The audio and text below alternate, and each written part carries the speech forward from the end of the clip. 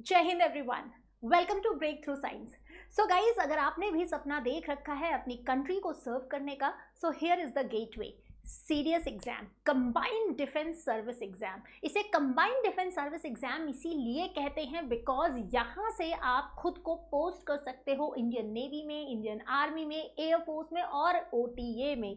सो इस एग्जाम का, serious exam का नोटिफिकेशन रिलीज हुआ है। सीरियस 2 2024 का नोटिफिकेशन आ चुका है। हाल ही में सीरियस 1 2024 का नोटिफिकेशन रिजल्ट आउट हुआ था एंड आई एम श्योर कि आप में से बहुत सारे ऐसे कैंडिडेट होंगे जिनका सिलेक्शन सिर्फ कुछ मार्क्स से रह गया होगा। तो बिल्कुल भी आपको परेशान, निराश होने की ज़रूरत नहीं है बिकॉज सीरियस 2 2024 का नोटिफिकेशन बहुत जल्दी आया है। यानी अभी ही से ही आप अपना फॉर्म फिल करके अपने अगले एग्जाम की प्रिपरेशन स्टार्ट कर सकते हैं। तो आज के इस वीडियो में मैं आपको बताने वाली हूँ फुल ऑन ओवरव्यू, क्या एग्जाम होता है, क्या पैटर्न है इस एग्जाम का, क्या एलिजिबिलिटी होनी चाहिए आपके एग्जाम के लिए, इसकी कितनी इस बार वैकेंसी आई हुई है एंड द प्रिपरेशन स्ट्रेटजी, किस तरीके से अगर आप प्रिपरेशन करते हो तो आपको एग्जाम क्लियर हो जाता है। Before all these guys, please like, share and subscribe to my channel.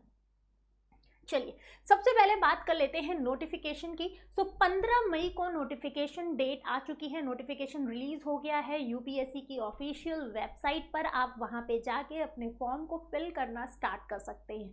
कई बार ऐसा होता है कि स्टूडेंट्स लास्ट डेट का वेट करने लग जाते हैं कि भाई जब लास्ट डेट होगा तब फॉर्म फिल करेंगे। ऐसी गलती बिल्कुल मत करिएगा। एंड में बहुत सारे टेक्निकल इश्यूज हो जाते हैं, तो इसको अवॉइड करने के लिए आप अपने फॉर्म को अभी ही फिल करिए। एंड ध्यान रहे, जब भी फॉर्म फिल करिए बहुत तसल्ली से फिल करिए बिकॉज यहाँ पे आपको रजिस्ट्रेशन करने का मौका बार बार नहीं मिलता है, आपको सिर्फ एक बार मौका मिलता है रजिस्ट्रेशन करने का। सो रिलीज डेट इसकी 15 मई थी एंड जो अगर लास्ट डेट की इसकी मैं बात करूँ तो 15 मई से 4 जून गाइज, 4 जून लास्ट डेट है। 4 जून के बाद आप एप्लीकेशन फॉर्म फिल नहीं कर सकते हो। कोशिश करना 4 जून के पहले पहले एप्लीकेशन फॉर्म फिल कर देना। यहाँ पे आपको 7 डेज का करेक्शन विंडो भी दिया जाएगा। आफ्टर 4 जून आपको करेक्शन विंडो मिलेगा और ये करेक्शन विंडो आपका खुलेगा 5 जून से 11 जून तक। सो आप 5 जून से 11 जून तक आपके फॉर्म में कोई भी अगर मिस्टेक हो गई है, गलती से आपकी कोई भी इंफॉर्मेशन अगर गलत फिल हो गया है, आप उसको वहां पे करेक्ट कर सकते हैं within 5 June to 11 June. Application form को फिल करने के लिए आप यूपीएससी की ऑफिशियल वेबसाइट पर लॉगिन करेंगे। वहां पे आपके सामने रजिस्ट्रेशन के लिए आएगा, पहले आप रजिस्टर करेंगे एंड देन आप फॉर्म फिल करेंगे। एप्लीकेशन फीस, अगर आप जनरल और ओबीसी कैटेगरी से बिलोंग करते हो तो आपको 200 अमाउंट पे करना है। एंड अगर आप एससी कैटेगरी, एसटी कैटेगरी या फिर फीमेल कैटेगरी से बिलोंग कर रहे हो तो आपको कोई भी अमाउंट पे नहीं करना है। सीडीएस एग्जाम की जो डेट है, सीडीएस 2 2024 एग्जाम की जो डेट है गाइस, ये आपकी 1 सितंबर है। यानी 1 सितंबर 2024 को आपका एग्जाम होगा। अगर आप अभी से टाइमलाइन देखो तो आपके पास ओवरऑल 3.5 मंथ बचते हैं, जो कि एनफ है आपकी प्रिपरेशन के लिए, अगर आपने डेडिकेटली और ऑनेस्टली अपनी प्रिपरेशन की है तो। एलिजिबिलिटी क्राइटेरिया की अगर मैं बात कर लूँ, which is a very important factor, कि अगर आप एलिजिबल ही नहीं हो तो फिर क्या करें, है ना। तो सबसे पहले आपको एलिजिबल होना बहुत ज़रूरी है। सबसे पहले एलिजिबिलिटी जो आपको चाहिए वो ये कि आपका इंडियन होना मस्ट है। आपकी जो नेशनैलिटी होनी चाहिए that must be Indian. Age limit की अगर मैं बात करूं तो आईएमए, आईएनए, एएफए और ओटीए सबकी अलग अलग एज कैटेगरी है। अगर आईएमए और आईएनए के लिए देखा जाए ऑलमोस्ट सेम होती है। 19 ईयर्स, आपका मिनिमम 19 ईयर्स होना चाहिए और मैक्सिमम 24 ईयर्स होना चाहिए। 24 ईयर्स के बाद आप इस फॉर्म को फिल नहीं कर सकते हो, तो अकॉर्डिंगली आप अपने एज को कैलकुलेट कर लीजिए। अगर आप इसके बीच में लाई करते हो तो डेफिनेटली आप फॉर्म फिल कर सकते हो। एएफए का फॉर्म ऑफ 19 से 23 ईयर्स तक फिल कर सकते हो एंड ओटीए के लिए जो एलिजिबिलिटी है that will be your 19 to 25 years. Education qualification की अगर मैं यहाँ बात करूँ तो हमारे जो IMA और आपका OTA है, यहाँ पे आपके पास डिग्री होनी चाहिए फ्रॉम अ रिकॉग्नाइज्ड यूनिवर्सिटी।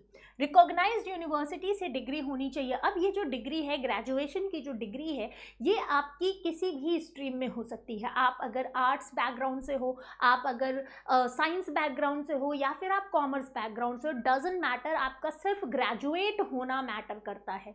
साथ ही अगर आप INA Indian navy academy, naval academy में जाना चाहते हो तो इसके लिए आपके पास इंजीनियरिंग डिग्री होनी चाहिए। दैट मीन्स आपके पास BTech बैचलर डिग्री होनी चाहिए। AFA के लिए आपके पास किसी भी रिकॉग्नाइज्ड यूनिवर्सिटी से बैचलर डिग्री होनी चाहिए इंजीनियरिंग, साथ ही आपका +2 में मैथ्स और फिजिक्स एज अ सब्जेक्ट भी होना चाहिए। तो प्लीज़ आप एक बार खुद को इस क्राइटेरिया में डाल के देखिए, क्या आप इस क्राइटेरिया को फॉलो कर पा रहे हो। अगर है तो definitely you are eligible for this exam.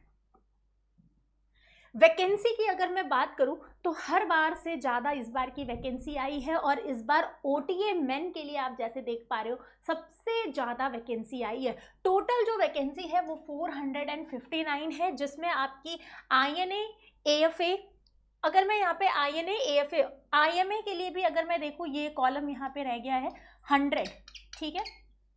IMA के लिए जो वैकेंसी है वो आपकी 100 है, INA और AFA के लिए 32 है, OTA for men it is 276 and OTA for female it is 19। सो ये आपकी टोटल वैकेंसी है अलग अलग एकेडमी के लिए। तो ये नोट डाउन कर लीजिएगा, IMA में टोटल 100 वैकेंसीज हैं, INA में 32, सेम AFA में 32, OTA for men 276 and OTA for female it is a 19 one। So vacancies ज़्यादा होने का मतलब क्या है? ज़्यादा स्टूडेंट्स फॉर्म फिलअप करेंगे। ज़्यादा स्टूडेंट्स फॉर्म फिलअप करेंगे, इसका क्या कंक्लूजन निकलेगा? इसका कंक्लूजन ये निकलेगा कि अब कंपटीशन भी बढ़ जाएगा। दैट मीन्स कि कंपटीशन बढ़ा, कट ऑफ हाई जाएगा, आपको और ज़्यादा मेहनत करनी पड़ेगी। वैकेंसी ज़्यादा सोचते ही ना बहुत सारे एप्लीकेंट फॉर्म फिल करना शुरू कर देते हैं, तो वहीं से जो है ना आपका कंपटीशन बढ़ने लग जाता है। तो खुश मत हो जाना ऐसे कि भाई वैकेंसी बहुत ज़्यादा है तो अब तो मज़े हैं, कम भी पढ़ेंगे तो भी हो जाएगा। नहीं, इसका उल्टा होता है, इन्वर्सली रिलेशन है। वैकेंसी ज़्यादा है, कंपटीशन भी आपका ज़्यादा होगा। एप्लीकेशन प्रोसीजर पे भी मैं आपको एक बार ओवरव्यू दे देती हूँ। सबसे पहले आपको यूपीएससी की ऑफिशियल वेबसाइट पर विजिट करना है। आप यूपीएससी की वेबसाइट जब ओपन करेंगे आपको रजिस्ट्रेशन या खुद को रजिस्टर करने का ऑप्शन आएगा। रजिस्टर करके आप लॉगिन करेंगे, आप अपना एक अकाउंट बनाएंगे, then fill out the application form with required detail. आपके सामने एक एप्लीकेशन फॉर्म खुल के आएगा, आप उसको प्रॉपर डिटेल्स उसमें अपने फिलअप करेंगे। देन जो भी आपके डॉक्यूमेंट्स वहाँ चाहिए, आपका फोटोग्राफ, आपका सिग्नेचर, ID प्रूफ, वो सभी आप प्रॉपरली अपलोड करेंगे। Then pay the application fee and after that submit the form and take the print out. Now this is a very important point, right. जब एक बार आप एप्लीकेशन फिल कर देंगे उसके बाद आपको वहाँ पे प्रिंट आउट लेना है आपके फ्यूचर रेफरेंस के लिए। कई बार ऐसा होता है एडमिट कार्ड नहीं आता है या कोई भी टेक्निकल एरर हो जाती है, अगर आपके पास एक प्रिंट आउट रहेगा तो definitely it will going to help you in the future also guys. Exam pattern की अगर मैं बात करूं तो देखो यहाँ पे हमारा जो एग्जाम का पैटर्न है IMA, INA और AFA के लिए अलग है, OTA के लिए अलग है। IMA, INA और आपके AFA के लिए जो सब्जेक्ट रिक्वायर्ड है वो इंग्लिश है, GK है, मैथमेटिक्स है, right. I am talking about written test. Exam का जो पैटर्न है, पहले आपका रिटन टेस्ट होता है, राइट। ये सब स्टेजेस में होते हैं। आज के वीडियो में मैं आपको सिर्फ रिटन टेस्ट की बात बता रही हूँ। जब आप रिटन क्वालिफाई कर लेंगे then only you will get a call from SSB interview and after that आपका मेडिकल चेकअप होगा, उसके बाद ही आपको एकेडमी में एंट्री मिलेगी, राइट। तो आज पहले हम रिटन पे बात करेंगे, फिर SSB के लिए भी मैं आपको प्रॉपर वीडियो लेकर आऊँगी। अगर SSB की बात करो तो जो रिटन एग्जाम आपका होता है वो टोटल 300 का होता है फॉर IMA, INA और OTA के लिए। एक बार आप रिटन क्वालिफाई कर लेते हैं उसके बाद आपका जो SSB इंटरव्यू होगा वो भी 300 का होगा। सो सबसे पहला जो आपका टारगेट है वो है ये 300 मार्क्स। इंग्लिश 2 घंटे का पेपर होगा आपका, 100 मार्क्स का, जीके 2 आवर्स का पेपर है, अगेन 100 मार्क्स, एंड मैथमेटिक्स भी आपका 2 घंटे का स्लॉट है और इसमें भी आपके 100 मार्क्स है। तो तीनों सब्जेक्ट का सेम वेटेज है 100, 100 एंड 100। अगर आप ओटीए के लिए देखिए तो ओटीए में आपके सिर्फ 2 सब्जेक्ट पूछे जाते हैं, मैथ्स यहाँ पे नहीं पूछा जाएगा आपसे, मैथ्स का कोई एग्जाम नहीं होगा, इंग्लिश और जीके दोनों 100, 100। ओटीए की जो मार्किंग होती है वो 200 होती है, ओवरऑल जो ओटीए की मार्किंग होगी वो 400 से होगी, आपके एसएसबी भी 200 का होगा। सिमिलरली यहाँ पे जो ओवरऑल आपकी मार्किंग होगी वो 600 से होगी। So this is the exam pattern, and याद रहे कि नेगेटिव मार्किंग भी होता है यहाँ पे। अगर आपने करेक्ट किया है तो +1, और अगर आपने कोई आंसर गलत कर दिया तो 0.83 मार्क्स आपका डिडक्ट कर लिया जाएगा, 0.33 मार्क्स आपके डिडक्ट कर लिए जाएंगे। Now let me tell you the preparation strategy, किस तरीके से आपको अब प्रिपेयर करना है अपने एग्जाम सीरियस के लिए। सबसे पहला जो पॉइंटर है वो ये है कि आपको अपना सिलेबस गो थ्रू करना है। अगर अभी तक आप लोगों ने सिलेबस डाउनलोड नहीं किया है तो कर लीजिए, मैं आप सभी के लिए एक प्रॉपर सिलेबस का भी वीडियो लेकर के बहुत जल्दी आऊँगी। बट अभी के लिए सबसे पहले आपकी स्ट्रैटेजी क्या होनी चाहिए कि आपको अपना सिलेबस पता होना चाहिए, क्या पढ़ के जाना है। सिलेबस अगर आपको पता है then try to make a study plan. बिना स्टडी प्लान बनाए आप अपनी तैयारी मत शुरू कीजिएगा, वरना आप हमेशा पजल रहोगे, हमेशा कंफ्यूज रहोगे, क्या पढ़ें, आज ये पढ़ लेते हैं, कल कुछ और पढ़ लेते हैं, अगले दिन कुछ नहीं पढ़ते हैं, ठीक है, फिर अगले दिन चलो आज कुछ और पढ़ लेते हैं। तो इस तरीके से बिल्कुल भी तैयारी आपकी नहीं होगी। हर दिन के लिए आप प्रॉपर स्टडी प्लान बनाएंगे और सुबह से ही उठ करके आप उस पर काम करना शुरू कर देंगे।